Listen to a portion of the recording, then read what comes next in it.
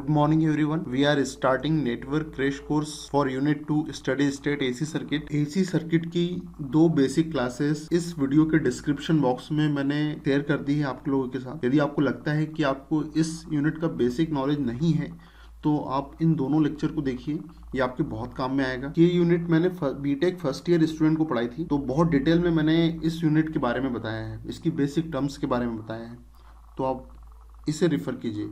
दो नहीं, एक्चुअल में हाँ 3 वीडियो की लिंक मिलेगी आपको और वो तीनों देखिए आप। और मैं अब आगे जो बढ़ रहा हूँ तो ये मानकर चल रहा हूँ कि आपको सब कुछ बेसिक आता है, और नहीं आता है तो वो तीनों वीडियो को देखिए। किसी भी वेवफॉर्म की एवरेज वैल्यू निकालने के लिए मैं इस फार्मूले का यूज करूंगा, और किसी भी वेवफॉर्म की आरएमएस वैल्यू निकालने के लिए मैं इस फार्मूले का यूज करूंगा। आरएमएस वैल्यू और एवरेज वैल्यू को यदि आपको बहुत डिटेल में पढ़ना है कि क्या है, तो आप वीडियो के डिस्क्रिप्शन बॉक्स में जो लिंक है वहां से देख सकते हैं। चलो एक क्वेश्चन करते हैं। Find the average value and RMS value of the following waveform. ये वेवफॉर्म है मेरे पास, और इस वेवफॉर्म की मुझे एवरेज वैल्यू और आरएमएस वैल्यू फाइंड आउट करना है। तो देखो, एवरेज वैल्यू का जो फार्मूला है वो ये है, इसका यूटिलाइज करूंगा मैं। देखो कैसे करने वाला हूँ। सॉल्यूशन, एवरेज वैल्यू का ये फार्मूला है 1 time period 0 to t VDT। तो यहाँ पर देखिए आप, जो टाइम पीरियड है वो कितना है, यहाँ टोटल टाइम पीरियड है 4 सेकेंड। देखो ये एक साइकिल है 4 सेकेंड का, और ये वेवफॉर्म है, ये दो पार्ट में स्प्लिट है।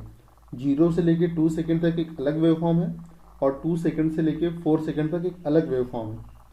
तो 0 से लेके 2 सेकेंड तक की वेवफॉर्म को मैं V1 नाम देता हूँ, और 2 सेकेंड से 4 सेकेंड तक की वेवफॉर्म को V2 नाम देता हूँ। तो चलो मैं स्प्लिट करता हूँ इस वेवफॉर्म को। 1 टोटल टाइम पीरियड। अब 0 से लेके 2 सेकेंड तक V1 वेवफॉर्म है, और 2 सेकेंड से लेके 4 सेकेंड तक V2 वेवफॉर्म। तो बस V1 और V2 की वैल्यू पुट करता हूँ, तो ये क्वेश्चन और सिंपलर हो जाएगा। देखो, जो V1 की जो वैल्यू रहेगी वो कितनी रहेगी, हम कैसे निकालते हैं, mx प्लस c, इस प्रकार से निकालते हैं। तो यहाँ जो m है ये स्लोप है, और स्लोप कैसे निकालते हैं, परपेंडिकुलर अपॉन बेस, इस प्रकार से स्लोप निकालते हैं। तो परपेंडिकुलर कितना हो गया, ये लाइन कितने की है, परपेंडिकुलर वाली 10 वोल्ट की है, और बेस कितना है 2 सेकेंड का।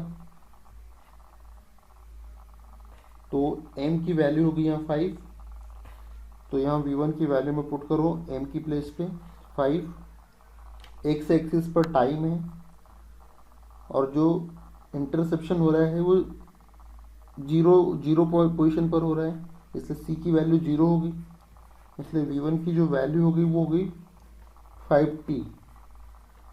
इसी प्रकार से V2 की वैल्यू फाइंड आउट करते हैं। तो V2 में तो कोई प्रॉब्लम है ही नहीं, परपेंडिकुलर और बेस का कोई कॉन्सेप्ट है ही नहीं। यहाँ जो V2 की वैल्यू हो जाएगी वो हो जाएगी -2 वोल्ट, क्योंकि ये कांस्टेंट वैल्यू है इसकी, तो इसलिए यहाँ हमें कुछ भी लगाने की जरूरत नहीं। इसलिए V1 की वैल्यू भी आ गई मेरे पास, और V2 की वैल्यू भी आ गई, बस यहाँ पुट कर देता हूँ। तो एवरेज वैल्यू 1 टाइम पीरियड कितना है 4 सेकेंड है टाइम पीरियड, 0 to 2। V1 की वैल्यू है 5t dt plus 2 to 4, V2 की वैल्यू -2 dt। V एवरेज 1/4, इस इंटीग्रेशन से 5 बाहर आ जाएगा, का इंटीग्रेशन हो जाएगा t का t²/2। तो अपॉन 2 इसके साथ लिख लेता हूँ, और लिमिट हो जाएगी 0 to 2 प्लस -2 dt का इंटीग्रेशन -2t हो जाएगा, और t की प्लेस पे लिमिट पुट कर दूंगा 2 to 4। V average 1/4 5/2, T square की प्लेस पे upper limit minus lower limit करूंगा, तो 2 स्क्वेयर -0 स्क्वेयर मीन्स 4 प्लस -2, यहाँ अपर लिमिट माइनस लिमिट मतलब 4 - 2, अंदर बचेगा 2। और सिंप्लीफाई करता हूँ 1/4, ये 2 टाइम्स चला जाएगा, तो यहाँ आ जाएगा 10, यहाँ आ जाएगा 10 प्लस -2 -4, तो यहाँ -4 आ जाएगा, तो ये हो जाएगा 6/4 1.5। ये हमारा आंसर आ जाएगा। एवरेज वोल्टेज हो गया 1.5 वोल्ट। अब मुझे इस वेवफॉर्म की आरएमएस वैल्यू चाहिए, और आरएमएस वैल्यू के लिए मेरे पास ये फार्मूला है। तो ये क्वेश्चन कैसे करूँगा मैं, बस जैसे एवरेज वैल्यू के लिए मैंने 2 वेवफॉर्म कंसिडर की थी, इस वेवफॉर्म को मैंने 2 पार्ट में स्प्लिट किया था, क्योंकि ये अलग अलग वेवफॉर्म दिख रही है मुझे। तो मेरे पास V1 और V2 की वैल्यू थी, तो इस फार्मूले को भी मैं 2 पार्ट में स्प्लिट करूंगा। कैसे करूंगा देखो, √1/4 टाइम पीरियड, और ये इंटीग्रेशन के अंदर का जो पार्ट है इसे मैं स्प्लिट करता हूँ। फर्स्ट पार्ट को 0 से लेके 2 सेकेंड के लिए, और v की प्लेस पे v1 स्क्वायर dt प्लस फिर नेक्स्ट पार्ट 2 से लेके 4 सेकेंड तक, और उसमें वेवफॉर्म डिफरेंट है इसलिए v2 square into dt। v1 की वैल्यू मैंने पहले ही निकाल ली थी। v1 की जो वैल्यू थी वो थी 5t, और v2 की वैल्यू है -2 वोल्ट। बस इस फार्मूले में आप वैल्यू पुट कर दीजिए, आपका आंसर आ जाएगा। चलो करते हैं। 1/t v1 square means 0 to 2 5t का स्क्वायर dt प्लस 2 to 4 -2 का स्क्वायर मीन्स 4 वोल्ट dt। और सिंप्लीफाई करते हैं। टाइम पीरियड कितना है, 4 सेकेंड का है, इसलिए 1/4 5t स्क्वायर। 5t स्क्वायर का मतलब होगा 25t स्क्वायर, तो 25 तो बाहर आ जाएगा। टी स्क्वायर का इंटीग्रेशन करूँगा तो t³/3 हो जाएगा, तो 3 यहाँ लिख देता हूँ और लिमिट लगा देता हूँ। Upper limit minus lower limit, 0 to 2 limit है, प्लस 2 to 4। जब 4 का इंटीग्रेशन करूँगा तो 40 हो जाएगा, और t के साथ में लिमिट लगा दूँगा 2 to 4 dt। और सिंप्लीफाई करता हूँ इसे। √1/4 25/3 t³ में upper limit minus lower limit मतलब 2³ -0, 2³ हो जाएगा 8 प्लस 4, फिर यहाँ upper limit minus lower limit 4 - 2 2। ऐसे और सिंप्लीफाई करता हूँ। √1/4 यहाँ पर हो जाएगा, ये देखो 25 से 3 तो डिवाइड होगा नहीं, इसलिए 25 × 8/3 ये हो जाएगा 66.66 प्लस 8। और जब मैं इसे सॉल्व करूँगा तब यहाँ पर RMS वैल्यू आ जाएगी 4.32 वोल्ट। ये हो गया हमारा आंसर VRMS। इस प्रकार से हमने RMS वैल्यू भी कैलकुलेट कर ली और एवरेज वैल्यू भी कैलकुलेट कर ली इस फार्मूले की हेल्प से। कुछ वेवफॉर्म्स की एवरेज वैल्यू और RMS वैल्यू आप याद रख लीजिए, ये इंपॉर्टेंट है। मैंने आपको सिखा तो दिया ही है कि कैसे RMS वैल्यू निकालना है, कैसे एवरेज वैल्यू निकालना है। तो अगर AC साइनोसॉइडल वेवफॉर्म है उस कंडीशन में इसकी RMS वैल्यू Vm/√2 होगी और एवरेज वैल्यू 2Vm/π होगी। और इस प्रकार की वेवफॉर्म होगी, दोनों पॉजिटिव हाफ साइकिल रहेंगे, नेगेटिव हाफ साइकिल फिनिश हो जाएगा, नेगेटिव साइकिल भी पॉजिटिव हाफ साइकिल बन जाएगा, तो भी RMS वैल्यू उतनी की उतनी ही रहेगी। देखो यहाँ भी RMS वैल्यू Vm/√2 है और यहाँ भी RMS वैल्यू Vm/√2 है, यहाँ भी एवरेज वैल्यू 2Vm/π है और यहाँ भी एवरेज वैल्यू 2Vm/π है। यहाँ पर देखिए आप, अगर क्या बोलना चाहिए, स्क्वायर वेवफॉर्म है, अगर स्क्वायर वेवफॉर्म है या फिर रेक्टेंगुलर वेवफॉर्म है, दोनों ही कंडीशन में RMS वैल्यू और एवरेज वैल्यू पीक वैल्यू की इक्वल होती है। देखो चाहे स्क्वायर वेवफॉर्म हो चाहे रेक्टेंगुलर वेवफॉर्म हो, दोनों ही कंडीशन में एवरेज वैल्यू और RMS वैल्यू इक्वल होती है। दोनों ही कंडीशन में एवरेज वैल्यू और RMS वैल्यू की वैल्यू पीक वैल्यू के इक्वल होती है। और अगर इस प्रकार की वेवफॉर्म हो उस कंडीशन में RMS वैल्यू Vm/√2 होती है और एवरेज वैल्यू Vm/2 होती है। और यदि इस प्रकार की वेवफॉर्म हो, ट्रायंगुलर वेवफॉर्म हो, इस प्रकार की वेवफॉर्म को सॉटूथ वेवफॉर्म भी बोलते हैं। ये वेवफॉर्म अगर ऐसी भी रहे तो भी इसके लिए सेम फार्मूला लगेगा। अगर इस प्रकार की वेवफॉर्म बनती है, इस प्रकार की वेवफॉर्म अगर बनती है तो भी हम यही वाला फार्मूला यूज करेंगे एवरेज वैल्यू और RMS वैल्यू के लिए। इस प्रकार की वेवफॉर्म के लिए एवरेज वैल्यू Vm/2 रहेगी और RMS वैल्यू Vm/√3 रहेगी। ठीक है। और यदि क्या होगा, यदि ये वेवफॉर्म ऐसी वेवफॉर्म हो, ये बीच वाला एक छोड़ दिया, ये बीच वाला एक छोड़ दिया, ऐसी वेवफॉर्म रही, या फिर ये अगर ट्रायंगुलर वेवफॉर्म है और ट्रायंगुलर वेवफॉर्म में भी हमने ऐसे ही किया, एक सेक्शन लिया और फिर छोड़ दिया, एक वेवफॉर्म को छोड़ दिया, तो भी सेम फार्मूला यूज होगा एवरेज वैल्यू और RMS वैल्यू की। ठीक है। तो एवरेज वैल्यू Vm/4 इसकी आधी हो जाएगी। देखो ये Vm/2 है, तो ये Vm/4 हाफ हो गई, ये Vm/√3 है, ये Vm/√6 हो जाएगी, ये डिफरेंस रहेगा। तो आप कंपैरिजन करके याद रखोगे तो आपको याद रहेगा। यहाँ पे RMS वैल्यू Vm/2 रहेगी, एवरेज वैल्यू Vm/5, वहाँ 2 Vm/5 थी, या Vm/5 वहाँ Vm/√2 थी, ये Vm/2 हो गया। और ये तो मैंने बताई दी आपको, ये सॉटूथ वेवफॉर्म भी कहलाती है। तो इसकी एवरेज वैल्यू Vm/√3, नहीं सॉरी उल्टा लिख दिया मैंने, इसकी एवरेज वैल्यू जो है वो देखो Vm/2 है, उल्टा लिख दिया यहाँ पर मैंने, ये एक्चुअल में ये RMS वैल्यू है और ये एवरेज वैल्यू, ठीक है। तो ये आप याद रखिए। गेट के एग्जाम का एक क्वेश्चन है, find power dissipation in register. किसी रजिस्टर में मुझे कितना पावर का डिसिपेशन हो रहा है वो फाइंड आउट करना है। तो सपोज करते हैं कि ये रजिस्टर R है और इसमें इस वेवफॉर्म के कारण कितना पावर डिसिपेशन हो रहा है ये मुझे कैलकुलेट। तो यहाँ पर आप देखिए, यहाँ P एवरेज लिखा है, तो कॉमन माइंड क्या सोचेगा? अगर हमारे पास नॉर्मल सा माइंड है तो हम ये सोचेंगे कि P एवरेज फाइंड आउट करना है, तो वो पावर का फार्मूला होता है V²/R। तो आप सोचोगे कि V एवरेज² R कर दूंगा तो P एवरेज पता चल जाएगा मुझे, आप ऐसा सोचोगे। लेकिन एक्चुअल में क्या है, PRMS नाम की कोई टर्म होती ही नहीं है। ये आप सोचेंगे कि यदि PRMS निकालना है तो VRMS² अपॉन R ऐसा कर दूंगा, लेकिन नहीं, ये PRMS नाम की कोई टर्म होती ही नहीं, कोई एग्जिस्ट ही नहीं करती है। जब एग्जिस्ट नहीं करती है तो ओनली P एवरेज नाम की टर्म होती है, और P एवरेज यदि आपको फाइंड आउट करना है तो उसका एक ही फार्मूला है, VRMS²/R। This is the actual formula for average power, VRMS²/R।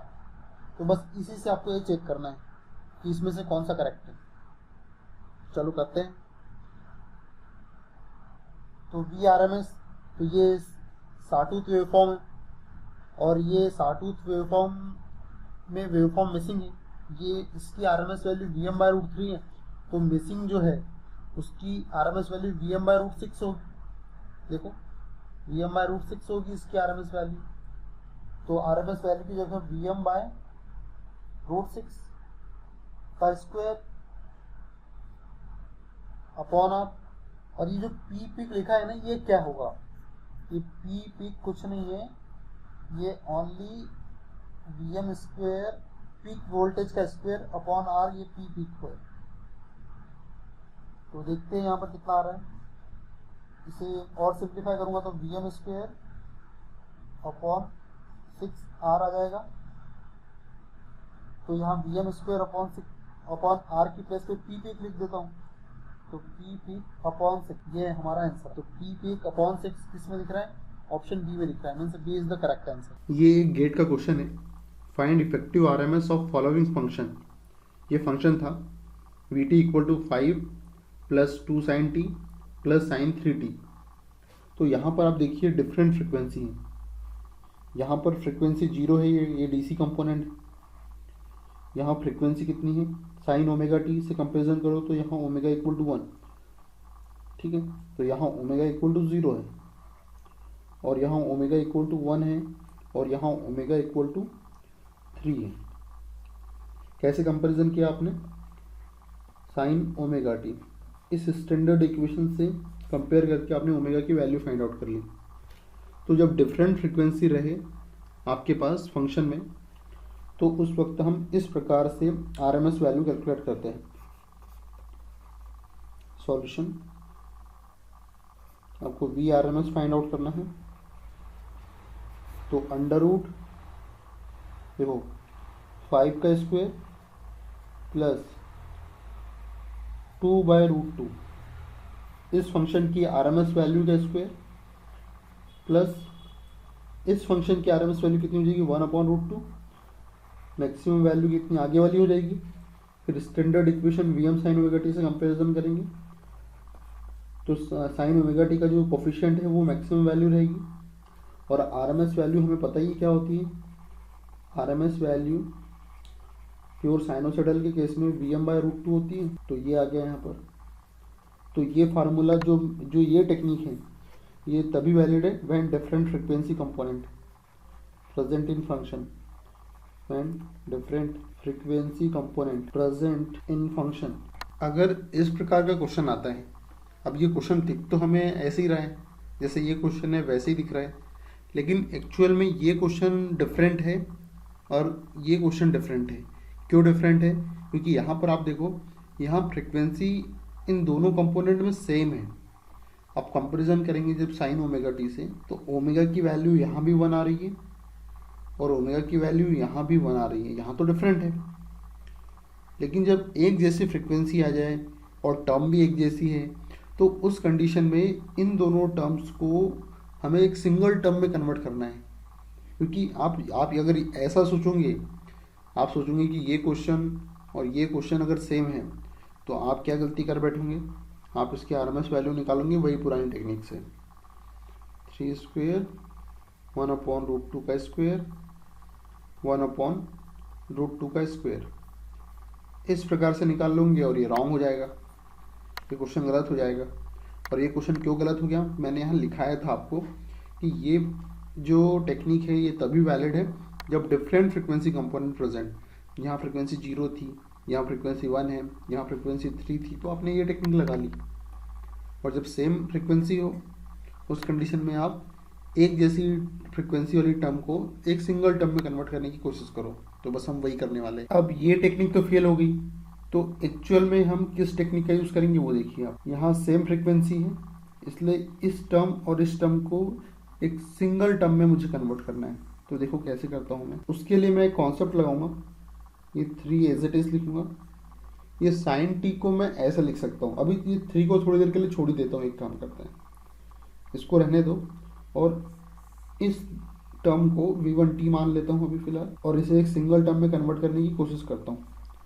v1t equal to sine T plus sign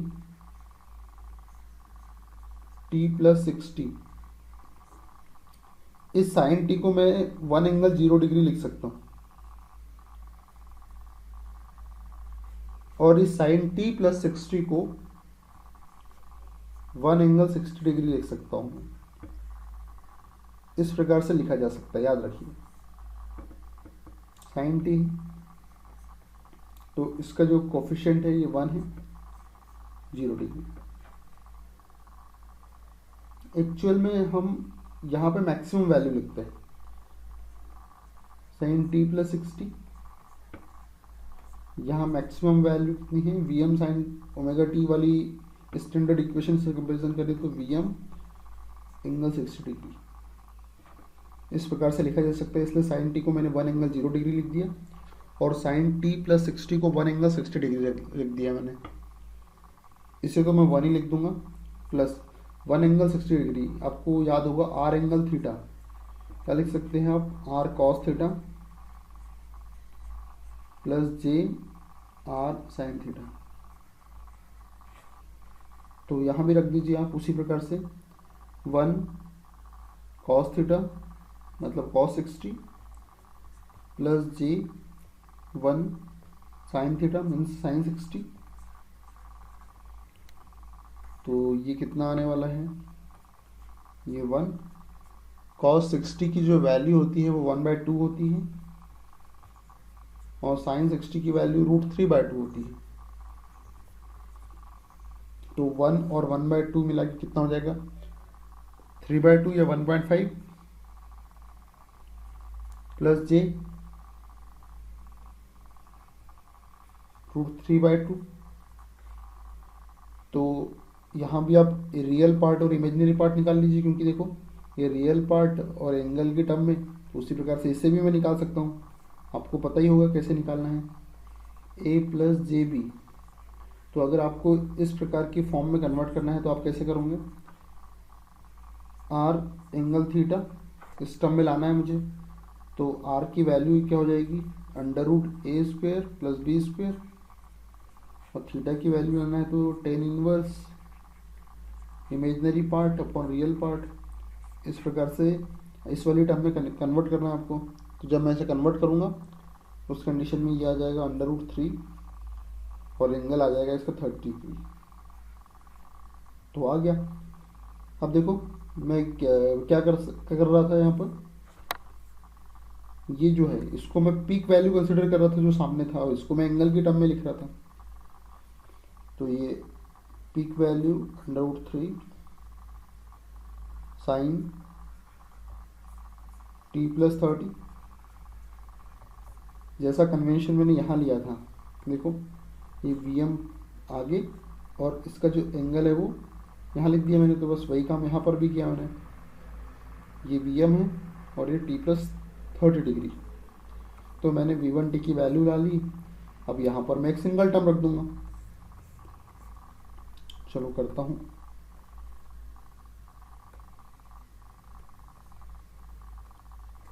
तो V ऑफ t 3 और इस टर्म की जगह हम ये टर्म जो मैंने लाई है √3 साइन t+30। अब देखो डिफरेंट फ्रिक्वेंसी होगी, यहाँ ओमेगा इक्वल टू 0 है, यहाँ पर ओमेगा इक्वल टू 1 है, तो डिफरेंट फ्रिक्वेंसी होगी। अब मैं यहाँ पे अपना VRMS वाला फार्मूला लगा सकता हूँ। VRMS √3² प्लस √3/√2 का स्क्वायर, बस इसे कैलकुलेट कर लेते हैं। ये हो जाएगा 9 प्लस 3/2, तो इसका आंसर आ जाएगा 3.24 वोल्ट। ये मेरी RMS वैल्यू हो गई। अगर मुझसे इसी क्वेश्चन में अगर पूछ लेता कि फाइंड पावर डिसिपेशन, तो पावर का फार्मूला क्या होता है, V²/R। तो V कितना हो जाता, 3.24 का स्क्वायर अपॉन R। R कितना है क्वेश्चन में गिवन है क्या?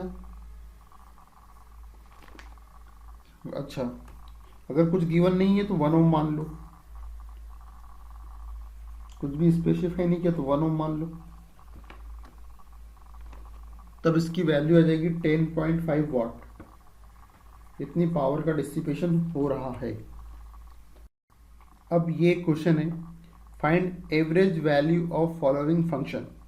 अब यहाँ मुझे एवरेज वैल्यू फाइंड आउट करना है।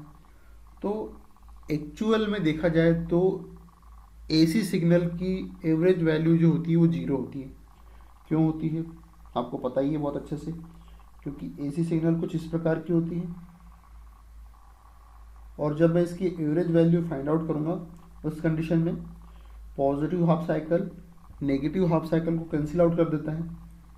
इसलिए अगर एक्चुअल में देखा जाए तो AC सिग्नल की एवरेज वैल्यू 0 होती है। और हम क्या करते हैं, अगर हमें एवरेज वैल्यू फाइंड आउट करना है तो केवल हम हाफ साइकिल को कंसिडर करते हैं, जिससे कि हमारी एवरेज वैल्यू 0 ना आ जाए। तो जब साथ में DC कंपोनेंट भी हो उस कंडीशन में ये DC कंपोनेंट ही हमारी एवरेज वैल्यू रहेगा, क्योंकि इसकी एक्चुअल एवरेज वैल्यू तो 0 हो जाती है। और अगर क्वेश्चन में अगर ये DC कंपोनेंट नहीं दिया है, कुछ और वैल्यू दी है, जैसे सपोज करते हैं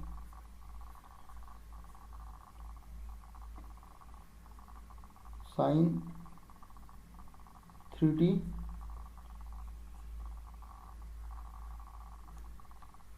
प्लस साइन 4t, तो उस कंडीशन केवल AC कंपोनेंट दिया है मेरे पास, इसलिए यहाँ मुझे कुछ न कुछ एवरेज वैल्यू चाहिए। तो मैं केवल इसके हाफ साइकिल को कंसिडर करूँगा और वैल्यू फाइंड आउट करूँगा। लेकिन अगर AC कंपोनेंट के साथ DC कंपोनेंट भी हो तो फिर हम इसकी एक्चुअल एवरेज वैल्यू को मानेंगे जो कि 0 होती है। लेकिन अगर DC कंपोनेंट नहीं है तो वही हमारी मेथड कि हम हाफ साइकिल को कंसिडर करेंगे और इसकी एवरेज वैल्यू निकालेंगे। तो इस क्वेश्चन में तो एवरेज वैल्यू हम मेरी 3 आ गई है। एक क्वेश्चन है गेट का, if network is having ideal diode. ठीक है, ये डायोड आइडल है, मतलब ये जब ऑन होंगे तो ये 0 रेजिस्टेंस शो करेंगे। ठीक है, और जब ये ऑफ होंगे तो ये इनफाइनाइट रेजिस्टेंस शो करेंगे, मतलब ओपन सर्किट हो जाएंगे। कुल मिलाकर ये कहने का मतलब हो गया इस लाइन का। आइडल डायोड है ये बोल दिया उसने, इसका मतलब जब भी ये फॉरवर्ड बायसिंग में रहेंगे, ऑन रहेंगे, तब जीरो रेजिस्टेंस शो करेंगे, और जब भी ये रिवर्स बायस में रहेंगे तो ये ऑफ हो जाएंगे, बंद हो जाएंगे, मतलब ओपन सर्किट हो जाएंगे, मीन्स इनफाइनाइट रेजिस्टेंस शो करेंगे। ठीक है आगे, then find the reading of ammeter, और इस अमीटर की रीडिंग मुझे बताना है। Ammeter is indicating average value, तो अमीटर की रीडिंग मुझे बताना है। तो यहाँ पर आप ये देखो, ये साइनोसोडल सप्लाई है, मतलब इस प्रकार का नेचर की सप्लाई रहेगी। तो ये पॉजिटिव हाफ साइकिल में इसकी पोलरिटी सपोज करते हैं कि यहाँ प्लस रहेगा, यहाँ माइनस रहेगा, और नेगेटिव हाफ साइकिल में इसकी पोलरिटी रिवर्स हो जाएगी, यहाँ माइनस आ जाएगा, यहाँ प्लस आ जाएगा। तो अभी पॉजिटिव हाफ साइकिल के केस में यहाँ प्लस यहाँ माइनस, मतलब डी टू फॉरवर्ड बायस में रहेगा, तो पॉजिटिव हाफ साइकिल इससे मिलेगा, सप्लाई का पॉजिटिव हाफ साइकिल इसके ऊपर अपेयर होगा। ठीक है, और फिर जब नेगेटिव हाफ साइकिल आएगा उस कंडीशन में क्या हो जाएगा, जब नेगेटिव हाफ साइकिल आ जाएगा उस कंडीशन में ये D1 ऑन हो जाएगा, D2 ऑफ हो जाएगा। फिर अगेन यही चीज़ रिपीट होगी, यही प्रोसेस अब रिपीट होगी। यहाँ पर पॉजिटिव हाफ साइकिल में अगेन मुझे आउटपुट मिलेगा, फिर नेगेटिव साइकिल में रुक जाएगा, फिर पॉजिटिव साइकिल में मुझे फिर मिलेगा, और ये प्रोसेस कंटिन्यू चलती जाएगी। तो ये 4 साइन ओमेगा टी, ये 4 मैक्सिमम वैल्यू है इसकी। मुझे एवरेज वैल्यू फाइंड आउट करना है, और मुझे बहुत अच्छे से पता है कि इसकी एवरेज वैल्यू जो होती है, इस प्रकार की पल्सेटिंग डीसी की एवरेज वैल्यू होती है Vm/पाई, क्योंकि प्योर साइनोसॉइडल अगर इस प्रकार का रहता तो इसकी एवरेज वैल्यू 2Vm/पाई होती है, और इस प्रकार की वेवफॉर्म की एवरेज वैल्यू Vm/पाई होती है। तो V आउटपुट एवरेज Vm/पाई मतलब 4/पाई।